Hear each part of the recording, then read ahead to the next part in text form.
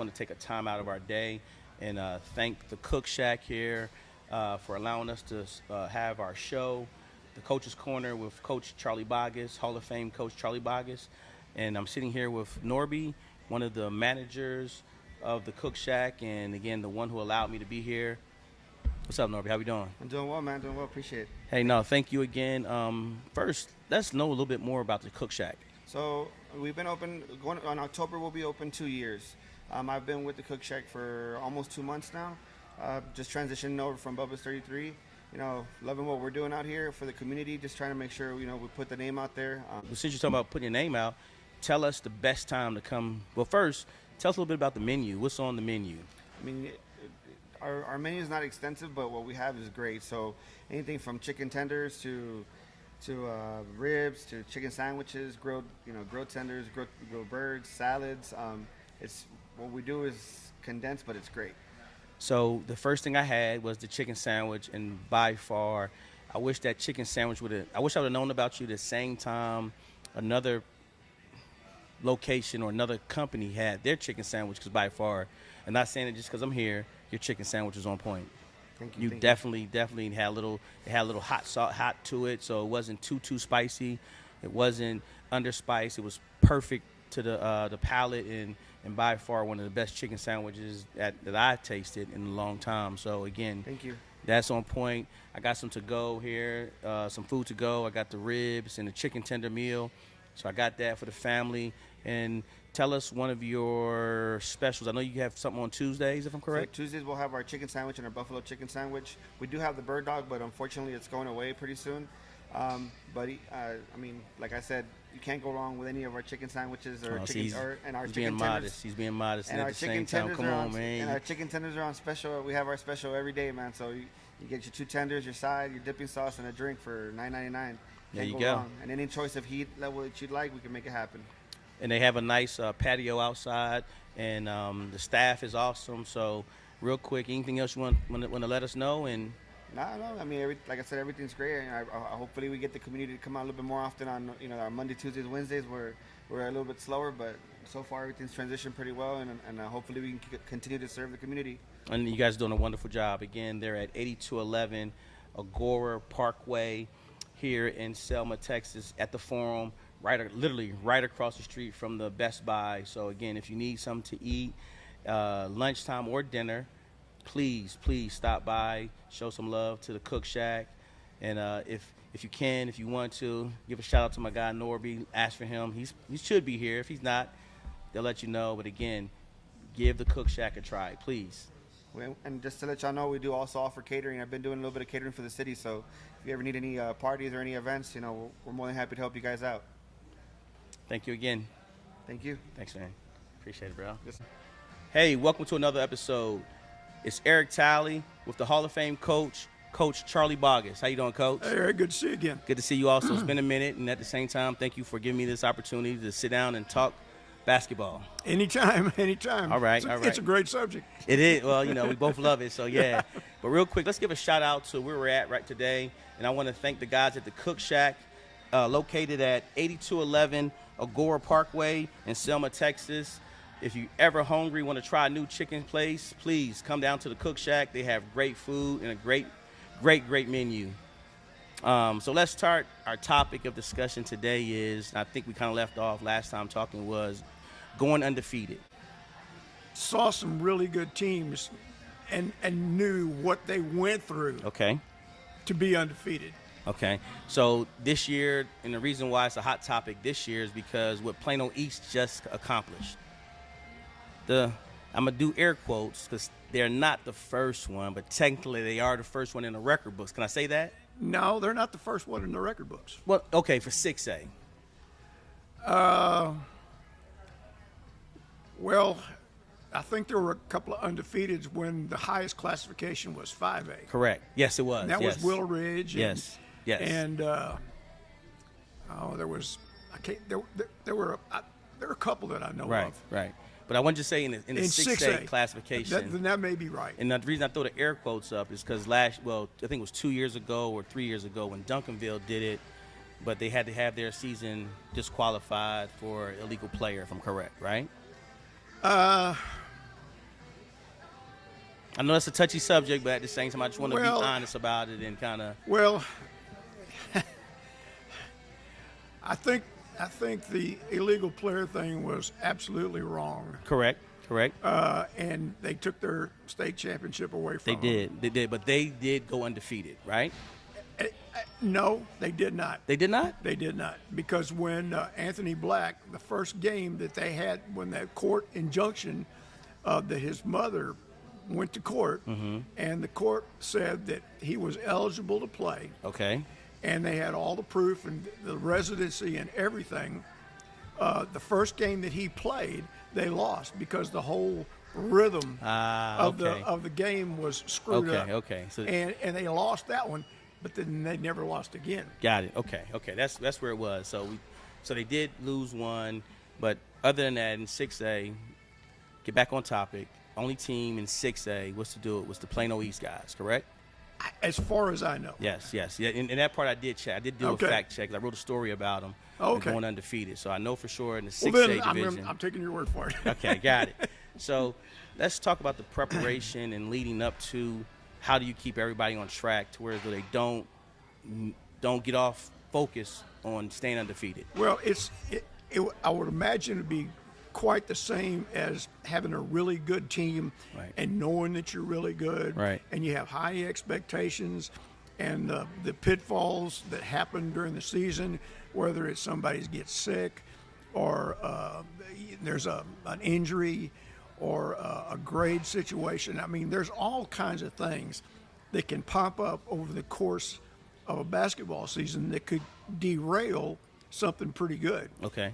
And whether that be a district championship, or maybe a trip to the area game, or maybe the regionals, at some point, you have to be, number one, you got to be really good. Facts. And number two, you have to stay pretty healthy. Number three, your outlook has got to be really top notch. In other words, that everybody that's playing you is giving their best effort to knock you off. Right. And that's a situation where you can't go out and say, tonight we got this one, because then you'll be surprised. There'll be a team not nearly as good as you that they'll hang in there and be right with you and have a chance to beat you. So you don't want to put yourself in that position. Okay.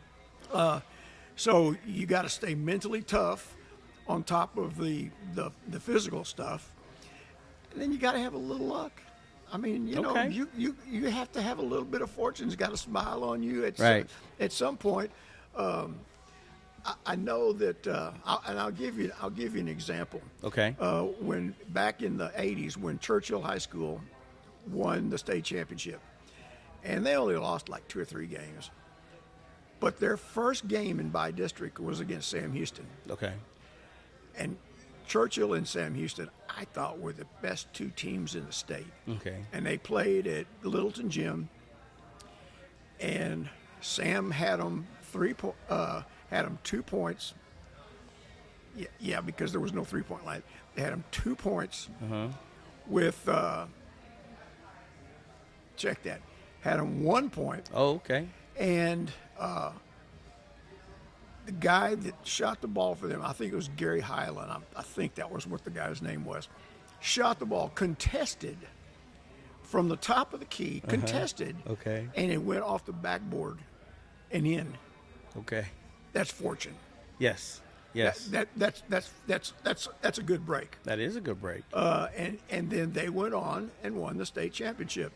And Sam Houston was every bit as good as they were, except for that one shot didn't go their way. Okay. So that happens quite a bit every year. For instance, this year, one of my former assistants, Van Price at Fort Bend Clemens, they were 32-0 going into, I think it was the regional finals. Okay. And they played a team that was really, really good, but they could run a 5 out. And Clemens had a big 6'9", 6'10" kid in the middle who's a young and a project, and it brought him away from the basket, and they barely lost. And it was like 32-1. I remember Harry Miller, the great Harry Miller, was at Temple, and he played. They ended up 39-1, and they played. What's the Army base out close to Temple? Fort. Well, it's Fort. It used to be Fort Hood, but now I think it's Fort Cordova. Okay, now. well, the high school from there. Okay. I can't remember. So either that's Killeen. It's Killeen Ellison. Yes, Killeen Ellison. It was Killeen Ellison. They played Killeen, and Killeen Ellison was in their district, so they played them in a tournament, beat them by 27-28. Played them in another tournament. Two people kept putting them against each other because they didn't want to have both of them. Right. So they put them in the same bracket, even in the big tournaments. Played them again, beat them 20-something. First game in district, beat them 22-23. Okay. Second game in district, beat them 16-17 at their place. Right. They meet again in the regional finals. How would you like to be in the regional finals, be 39-0, and have to play somebody for the fifth time? And that's the hardest thing to do. And they got beat. And Killeen Ellison went to the state tournament, and they got dropped in the first round. Of course. And the best team in the state was the team Temple Wildcats. Yes, yeah. And it didn't go. And so going to the third thing of what you need, and that's, like you said, a quality, and everything has to, go your way as far as you have to be a quality team. So let's talk about that a little bit. How do you keep your team focused and disciplined? Well, I think there's different ways. Okay. Number one, you have to throw them against good competition, yes, so that they're accustomed to having to really play hard. Right. I think if you're unlucky and you've got a really good team and you're in a district where you kill everybody, right, if you don't even have to play your best and you kill everybody, yes, and then you go to the playoffs, you're setting yourself up for a fall. Okay. And that happens all the time. Excuse me. So you got to play competition. yes, I think that the next thing is you can't wear them out. yeah, Yeah. If you come on, you spend more time on the fundamentals and building your team, and when you start the season and scrimmages and the first several games and all those kinds of things, and the more you play, the less you ought to practice. okay, So if you're used to a 2-hour practice, by January, say first or second week in January, that should be starting to be cut down to an hour and a half or an hour and 20. Oh, okay. And because at some point you've taught them everything you're going to teach them right, for right, that year. yes, You have all your stuff in. Your guys know your system. They're playing hard. They're playing smart. They're playing together. You got to keep them fresh, mentally and physically, right, and mentally even more so, because they're high school kids. They can play all day long. They go play in the park during the summer 4 right, hours and never get tired. right. That's true. So that's true. But the mental part is even a little more important than the physical part. So as you get into February, you need to come out and just run through stuff. Go through a few drills, loosen up, get your shooting in, get some of your shell stuff in, get a little bit of your scrimmaging in, and not much at all, but just enough to stay sharp. Shoot lots of free throws, get lots of rest, drink lots of fluids. Let's go play. So that mental part, the game stayed the same, but I'm noticing kids' toughness is different nowadays than what it used to be. We all know that already, and we can see it the way basketball and NBA is played. How do we get them prepared for that part, that mental edge that they need to have to continue to play the way they need to play? We got to talk about it almost every day. Okay. It can't be something you bring up every now and then. It's the little subtle things too, like if you're practicing and all of a sudden there's 2 or 3 plays in a row that are just a little sloppy. Yes. Somebody didn't set a good screen. Somebody didn't make a good cut stop. Are we taking something for granted here? Right. Why that? Why that cut right there? Answer me. Why that cut? Yeah.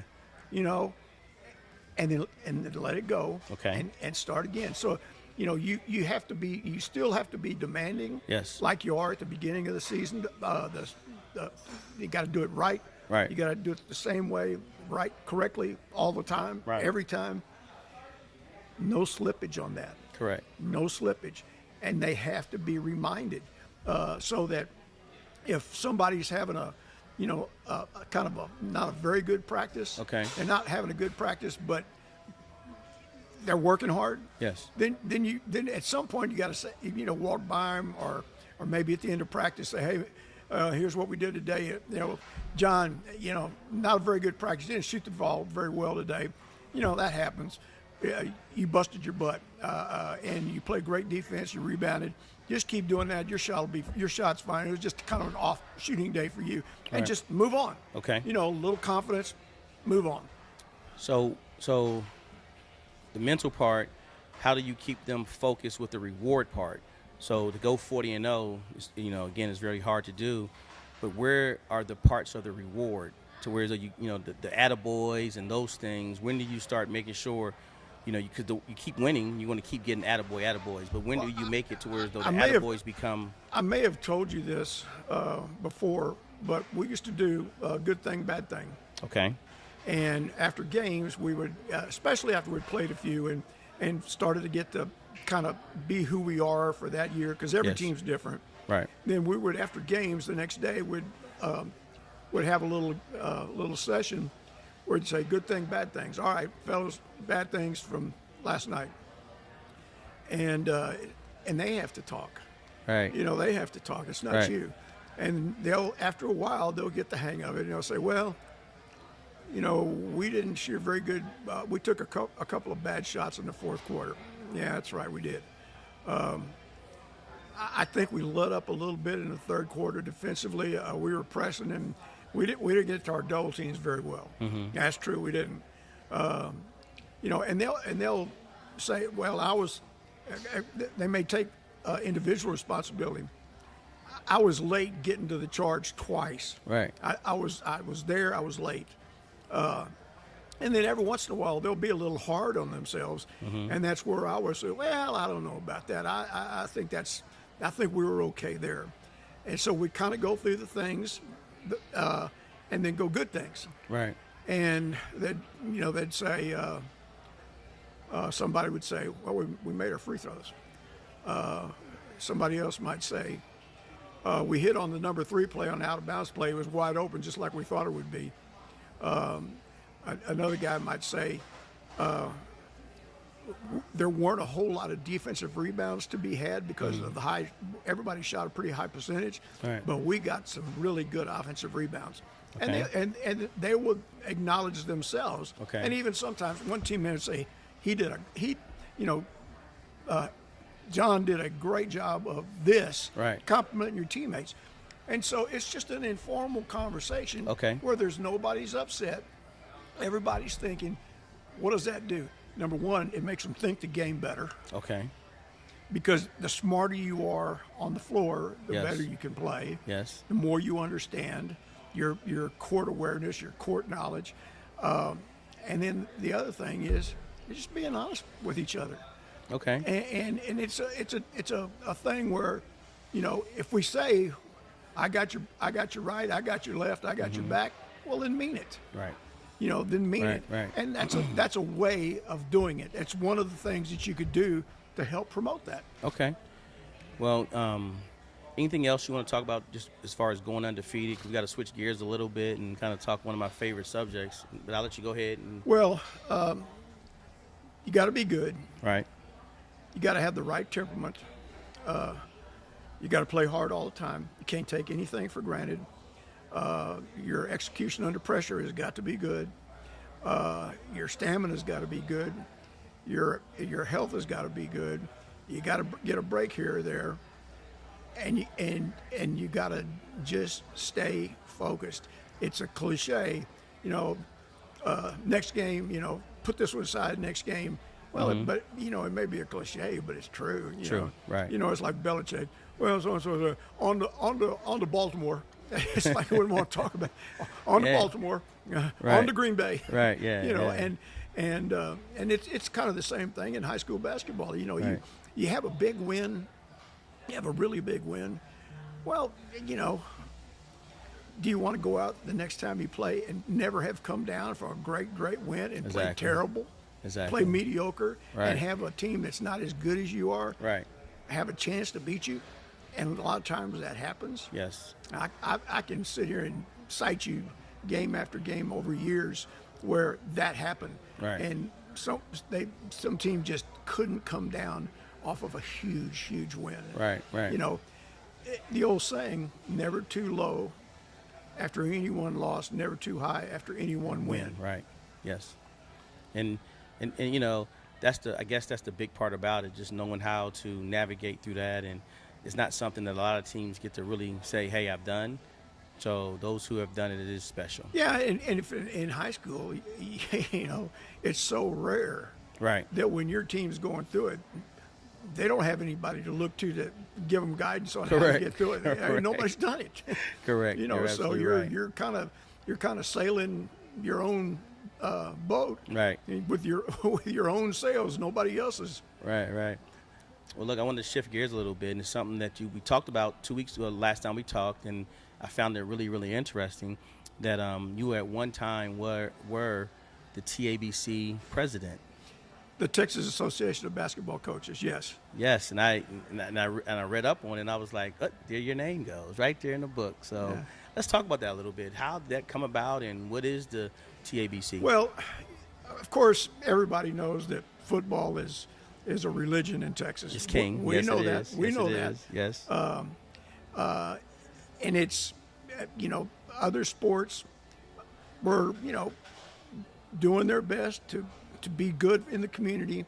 Well, in the early 70s, there were 4 or 5 coaches around the state that got together and decided, okay, how can we bring basketball to the forefront in Texas? Realizing that some of the old head guys might not like that. And so it started off as conversations in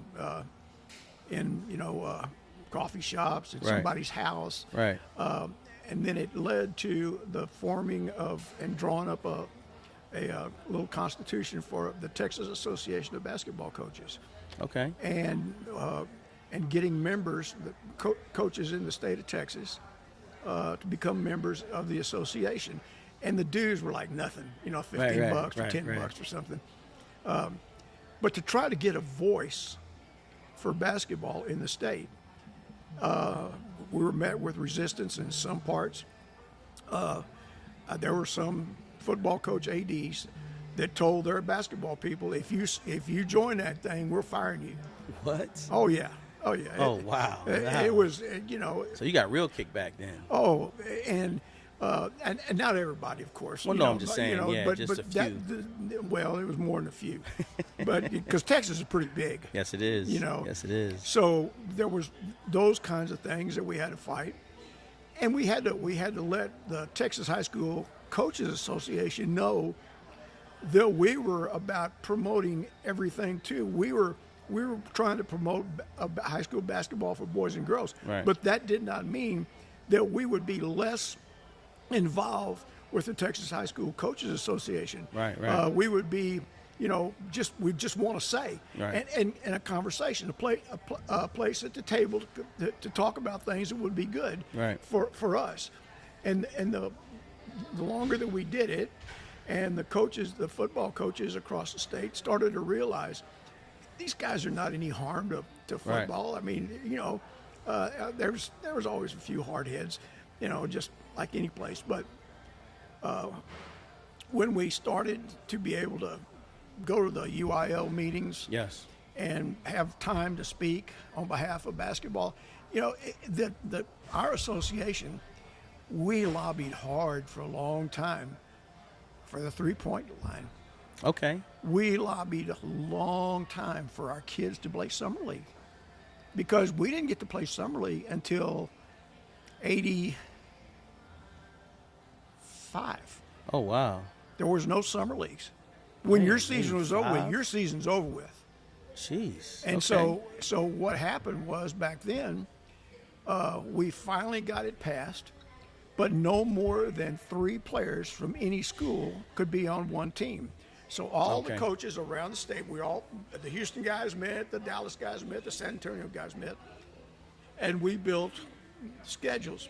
And so it would be like 3 Heights guys playing with 3 Sam guys, and that would be 6, and another 3 guys from Burbank, and another 2 or 3 guys from somewhere. Okay. And it was really good because the kids started to know people from the other parts of town Yes. and become really good buddies because they played together during the summer league. Right. And it was awesome. And we built schedules and we would play at different gyms, like our gym there's just a bunch of high schools that opened their gym up, and the competition was awesome. It took forever to get that through. Yeah. Yeah. Forever. There was like blah blah. We were Really? just banging. Oh yeah, it was a battle. Because AAU wasn't as big as it is. Oh no. back AAU, then, right? I didn't know. AAU was track. Exactly. Right. AAU was track. Okay. So yeah, I mean, our association fought that Okay. very diplomatically Of course. and very organized. Not going to piss anybody off, Okay. Yeah. Yeah. But that happened, and then finally, it was like, well, we'll just let you guys play with your team during the summer. Oh yeah. And so we built up our summer leagues, and so the Heights, we had to have a Heights varsity and a Heights JV, and then we have schedules, and everybody else had the same thing. So we played, and I never wanted to play more than 10 or 11 games in June Okay. because I wanted them to get out of the gym Wow. in July and August. So Because now, the worst thing you can do is burn them out. so now that makes me understand why, like in the AAU world, I hear guys say, "Well, hey, for the month of June, they belong back to the high school kids. They go back to their high school teams." For a week, for only one tournament though. Okay. Only one tournament. Okay. You're allowed. UIL now allows you to practice your team for a week and go to the showcase tournament. It's the TABC runs. That's allowed. Okay. And other than that, that's it. Okay, The okay. rules are still the same. Okay. All right. But it goes back to what's enough. Right, what's right. enough. You play, say, 35 games in your Right. high school team. Then you go play another 80 to 120 in March, April, May, June, Right. and July. Right. How much you actually learning? No, you're not. Yeah, you wearing them out by that point. What you're doing is Yeah. just running up and down. Yeah, you're just wearing them out. And there's no team ball. And there's a few AAU coaches that do a good job. Right. That don't go to every freaking tournament out there. Right. That actually practice. Right. That actually try to teach during the summer, player development, Right. group development. There are some guys that really do that, and there are other people that are out there just taking their money and going someplace every weekend. And they throw them out there, and there's some guy in flip flops and shorts with his hat on backwards being a coach. That's why I do promote a dress code for AAU basketball coaches. Oh. I'm big on that. I want a dress code. I want you to have a collared shirt on. But again, I'm showing my age, I believe. Well, no, I think you're just right. I think that if you're going to show up and play, you ought to at least have enough common sense for the love and the integrity of the game to at least dress appropriately. That doesn't mean you can't wear shorts, but wear shorts and your shoes and a polo or a nice T-shirt or something. Look the part. And look the part. Look the part. Yeah, look the part. And don't look like a player. Look like a guy that's actually coaching. yeah. All right. Okay. Yeah. And Okay. behave yourself. Yeah, definitely behave yourself. But so that week long, were you part of the sanctioning of that week long event as far No, as? I was retired by then. Okay, Because that's okay. only like 2 or 3 years, like maybe 2 years old. This will Okay. be the 3rd year. And then so, where did it come from to have the idea to make it part of one of the live periods? To have like coaches in the gyms, like the one they do here in Duncanville. because the association, the membership in the association, there's other states out there that they coach their kids all year long. Right. You, Right. you go to California, Right. your high school coaches you 11 months out of 12. Yes, matter of fact, we AAU wise, we last year coaching, we ran into a group that was a high school team. They were like the number 3 team in California, Southern California, of course. They were like the ranked 3 They were ranked third in the state of California. And they so play together all the They time. played all. Hey, listen, that was a well-oiled machine. Oh, yeah. Well-oiled machine. Yeah. So And there's other states that did that too. okay. But our membership was looking for a chance to be able to do that. Okay. And the association, by putting it on, it really helped us financially to have money in the bank to be okay. able to bring more services to the members, to be more active for the TABC staff to get to more games and be Right. more visible. Right. And promote basketball, because the whole thing about the Texas Association of Basketball Coaches is promoting the game and moving the game forward. Okay. To move it forward and to keep the product good, to keep the product honest, to keep the product enjoyable Yes. for Yes. the participants and the people that sit in the stands. Those are the goals that are noble. Some people abuse those. Of course. But we work really hard at that. And the TABC clinic, the Texas Association of Basketball Clinic, Yeah. our annual clinic is now in San Antonio. It has been for quite a while. We Yes. started off, it was in Waco. Oh, okay. And then finally we moved it to San Antonio because San Antonio is kind of centrally located. Yes. So our coaches clinic is the biggest and best basketball clinic in the nation. And if I'm correct, it's every June, if I'm right? Is it June? May. It's in May. Yeah, Like- end of May or something like It's that, like right? this year is, I think, 15, 16, 15, 17 16 May. mid-May, It's okay. It's St. Mary's. A lot of vendors. We have all-star games that go along with it. We have the best of the best speakers. You name it. Yes. They've spoken at TABC. The only person that never spoke at TABC was Mike Krzyzewski. Really? He wouldn't go. He wouldn't do it? No, he wouldn't go. Coach K wasn't trying to hear it. No, huh? Bobby Knight was with us a bunch. Yeah, he did a lot of speaking engagements though. All the time. Yes, he was really good at the community of basketball. But Coach K sent his assistants. So can so if imagine. you got John Shire Right. to come in and talk, that was good. If That you is got big. Wojo to come in and Yes, talk, that is that was big. good. That is big. If you had Quinn, the Atlanta coach Quinn Snyder. Yes. When he was an assistant, if you had Quinn Snyder come in, and that wasn't bad. No, that's not bad at Because all all. those guys are head coaches Yes, and have done yes. really well.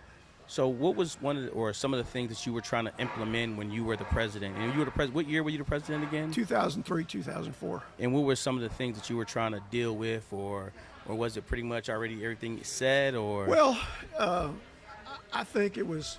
We were still in the process. Of course, the association's been around since like '73 or 4. I'm not quite sure. You can look it up. Okay. So we had a lot of good things. We had really good camps during the summer all Yes. around the state that are run by our coaches association members. That you get really, really good instruction during the summer. So we just try to stay on top of all the trends, make sure that we listen to people with good ideas, listen to everybody, even if there were crummy ideas, we listened. Right. So I wasn't really a bunch of really big decisions Right. that came my way Okay. in my presidency. But when I was on the board Okay. of directors, I was involved with. I was on the selection committee that hired Coach Rick Shirley, who was our executive director, for a long, long time. Okay. So I think Rick took over in 2001 or something like that. Okay. And he just relinquished that to Johnny Hawk Carter, who's now the executive director. Okay. But Rick was one of the finest coaches ever. Right. And he took over the reins, and so there were about 6 of us that were on the selection committee. Okay. And so I was really involved with that because we knew this person had to be the right person. Okay. and we had lots of candidates. We had some really good ones, and Rick won the job. So how does the selection process work for the presidency, vice president? Or? Okay, so every year there's an election, and well, here's another thing that we've done. The president now, one year it'll be a girls coach, the next year it'll be a boys coach. Okay. So it could be a a woman coaching girls. Yes. Or it could be a guy, because there are some girls teams that have men coaching them. Yes. But there's a representative from the girls side. Yes. So this coming year, I can't remember what the rotation is going to be. So we'll have a vote for second vice president. Okay. And whoever wins the second vice president comes in. So I'm not sure whether it's a girls, going to be a girls or a guys. Right. So if you're elected to the second, you serve as a second, then you move up to the first vice president, Okay. and then you move up to president. Okay. Then you move into past president. So you have 4 years in the presidency, and that's how it rotates. And one year it's a girl. We balance it to where 1 year there's a girls president, the girls coach president. The next year will be a boys. The next year girls. So it's one of the big things that we really wanted to do, and this was huge. Okay. When we hired Rick, we wanted to make sure that our girls coaches were a part of the association. Yes. That is huge. That's what you want. Excuse me. Okay. It was the skew was off. Right. And so with all the things that we did, and just little things, and that we've got it up to now, I think it's like 51-49 Right. boys to girls. It's like virtually the same. Right. And it wasn't like that 20 years ago. Of course. And of course. it was like the girls coaches are going to be involved in decision making. The girls coaches are going to be just out front with promoting the game as the boy coaches. And once we established that, it took us about that long, Right. and it just fell into place. And we've got a great system. Matter of fact, we had states from all over come and try to pick our brain. Like, Yeah. how do you guys do this? Yeah. Because we've got, I think it's over 5,000 members.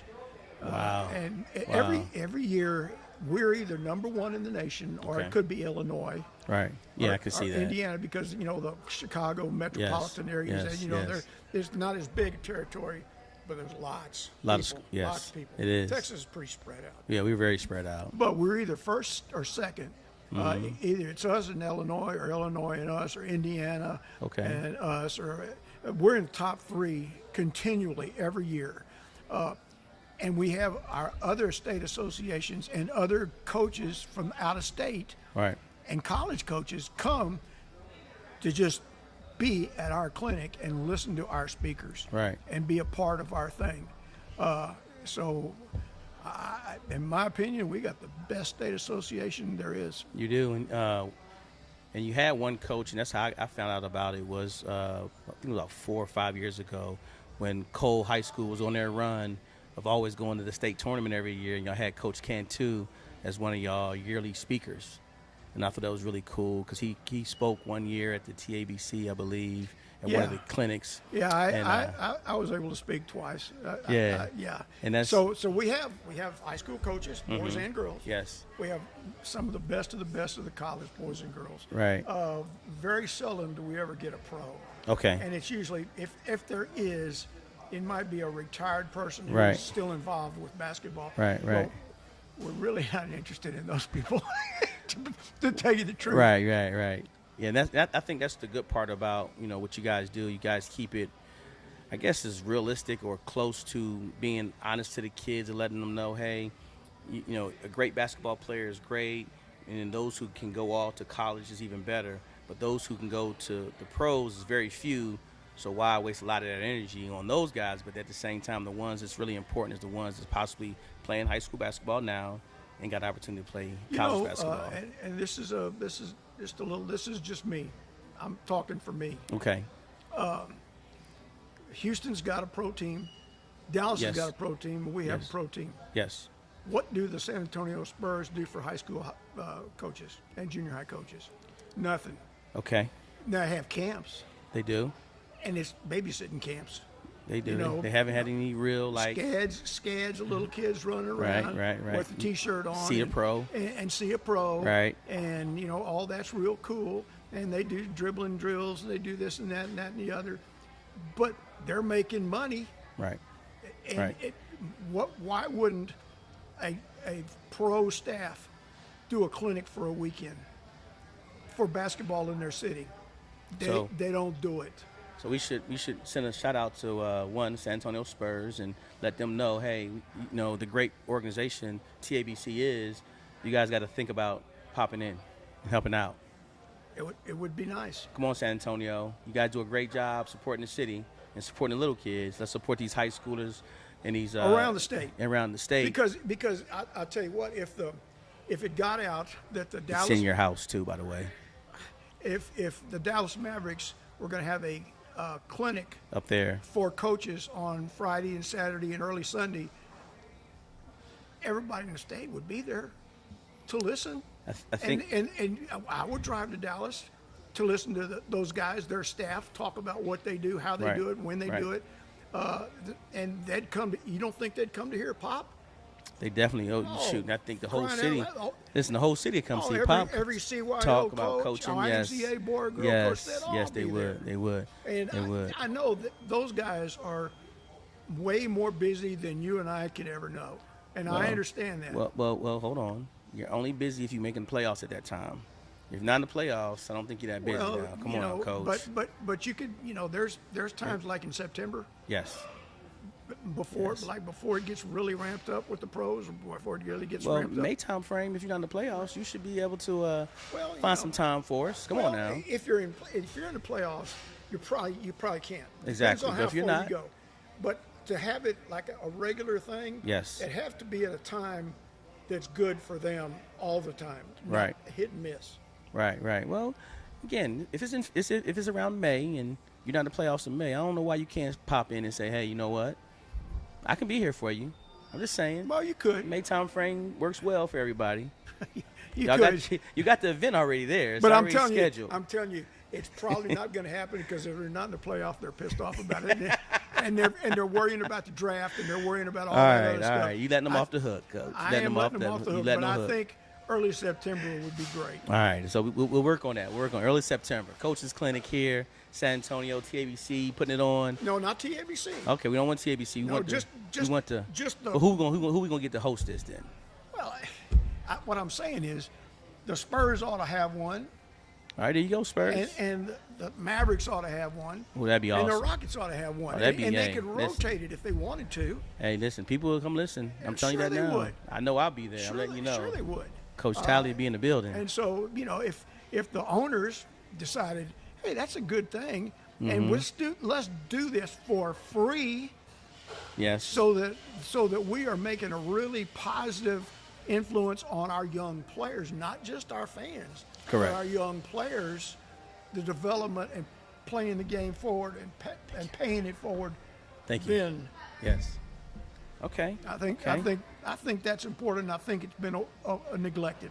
All right. Well, let's talk about something else that was a little bit neglected because we've been here for almost 45 minutes and we have not gave any shout out to True to Hoops. So let's give a quick plug on True to Hoops. Well, True to Hoops, we just got in 3 really nice pieces from Don Showalter from USA Basketball that we're going to be running. Our latest newsletter, we had plays from the tournament. We call it the Madness Minute. Okay. Where I just kind of watched and that's a really good play, and I wrote it down and we drew it up Okay. on the website, and we've got some really good coaches that are going to do some of their stuff in the spring, different people, and so it's the one place where you can get everything from the beginner to the most accomplished and really great coaches, the doctors taking care of you, the philosophy discussions. We're initiating an officials page where the referees are going to Oh, be. that's nice. Officials are going to be a part of our thing. I've been in talks with those guys, and we're getting ready to do some really nice things with the officials. We think that all parents and all coaches should know that officials, they get ready too. They do. They go to clinics. They go They to do. camps. They have roundtable meetings. They do specific training, and they don't just show up to your gym and walk out. They go in, but they get to the gym and they have a pregame meeting where they actually talk about what the rules Yes. are. And so those are things that the ordinary fan doesn't know, or Yes. some coaches, they know, but they ignore it. They shouldn't ignore it. Right. That if we don't have officials and we have a shortage all across the nation, we have a shortage in San Antonio, we have a shortage in Texas. So what are we going to do? We don't have officials anymore. No games. There are no games. No games. So, Either that or we have to go back to the two officials for varsity games. And I don't Think like about that. No, I don't like that, Coach. Now, with the No. way the game's played now, up and down, yes, it's too fast. yeah, it's too fast. For You miss a some lot of stuff. And and I be- do appreciate when I see 3 referees. the physical part would come into play. yes, yes. So we're incorporating that. So we'll have all phases of the game, from the development to the understanding, to the individual, to the group, to the team, to the talking strategies, to the officials. It's all encompassing, and All right. it's free. You just go to So where we go to get this information from, go to Coach? True to Hoops, TRUE, the number 2 Hoops, HOOPS. That's all one. TrueToHoops.com, and when you log on, you'll see it'll say players and coaches sign up for free. So just put your name and your email address in there and fill it out. It takes you about 15 seconds, and you'll get our newsletter every time we put one out. And one thing I do love about being a member of True to Hoops is you guys don't overwhelm me with a bunch of newsletters or just those emails that you get on a constant basis. Just No, when we this. when we put something out, it's with good content. Yes, it is, and it's not too many emails, and that's one thing I do love about it. Cause I'm not gonna fib to you. It was one of those things when I signed up. I said, "Oh, I'm about to get spammed up." Nope, I have not, and I do appreciate that part of you guys not just overdoing it. Right. So the content is really, really good and it's informative. And we've got some really top-notch people in the game that have endorsed us. Yes, Some yes. top-notch. Yes, you have. You got Doc Rivers is on there. I saw that on there, and it was one more person on that Sean one. Elliott. Sean Elliott. And we've got Larry who was it? Tidwell, who's one of the finest on the women's side in Texas. We've got some of the best high school coaches around. Lou Wilson, who's the godfather of basketball on the East Coast. In Washington, D.C., there's quite a few. Yes, you do. You do. I can't think of it now, but when I think of it, I'm definitely going to give a plug on it. And what I'll do, I might just do a plug, just say, hey, True to Hoops, this is what I was talking about, Coach. But anyway, so did we miss anything that we want to kind of bring up besides, I do want to say one thing for the plug for the referees. Please be kind to your refs. Yes, they do. Sometimes we feel as though they might miss a call, but at the same time, be kind to your refs. And still, just remember, without referees, we can't have basketball games. So just be kind to your refs. Well, and they don't mind you yelling at them a little bit, like, "Oh, come on, ref, you missed that one." They don't care about that. Right, okay. It's when it gets nasty, and Yes. it's with like malice. Yes, and, yes. and standing up and making a fool of yourself. And coaches need to understand that if they act like a fool, their fans are going to act like a fool. Correct. And Correct. there is one program in the state of Texas right now, and I'm not going to say who it is, but I've watched them, and it's notorious. This dude acts like a fool, and his fans act like a fool, and they're really good, but everybody hates them. That's not good. That's not good. I remember when I was coaching, when I was younger, and I got in the game here, I was coaching in San Antonio. One ref told me, he said, "Coach, every time you walk in the gym, and when the refs see you, they already know how you're going to act, so they already in their mind you put them in a bad place." That's right. And so I had to curb my attitude and how I addressed them, and guess what? It got a lot better. I get a lot after a good while, referees now. When you get to the point when you're coaching, it doesn't matter what level, but if you've done it a while, and officials have told me that when I stood up and wanted something, they thought twice about it, like because I didn't out every call, and maybe they missed something. Right. So I've had numerous times where there'd be a dead ball, and one of the officials would go, Charlie, did I kick that last call? And just over the shoulder, and I'll go, I don't know, it's pretty close. I think you probably got it right, or Right. you missed that one, and they just shake their head. Just, you just a little communication. Exactly. And officials will do that. They're human. Oh yeah, they're human. They're human. And those guys are gonna go out. Like, I am sick and tired of seeing big time college and women's coaches on the floor. I am sick and tired of seeing Kim Mulkey on the floor and Danny Hurley on the floor. They let them get away with it. They let them get away with it, though, Coach. Them get away with That's it. And what kind of sportsmanship is for the national champion coach to say something to an opposing player? Right. Yeah. Like you Hurley did with Edie. Yeah, you keep your words to yourself. I don't like that either. You think you're way more important than you really are. Right. And the game's not about you. Right. You do your job Yes. in practice. You got a great team. He did. And He so does. you have a great team, no question about that. They're Yes. doing everything right, just like LSU. Right. They're doing everything right. Right. But you get to the game's not about you. Not about us. It's about the players. It's about the That's right. players. You make your decisions, you make your substitutions, you ask for interpretation if you have to.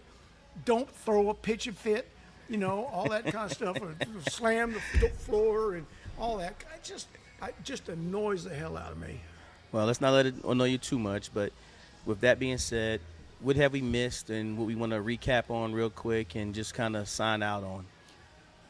Some words of wisdom.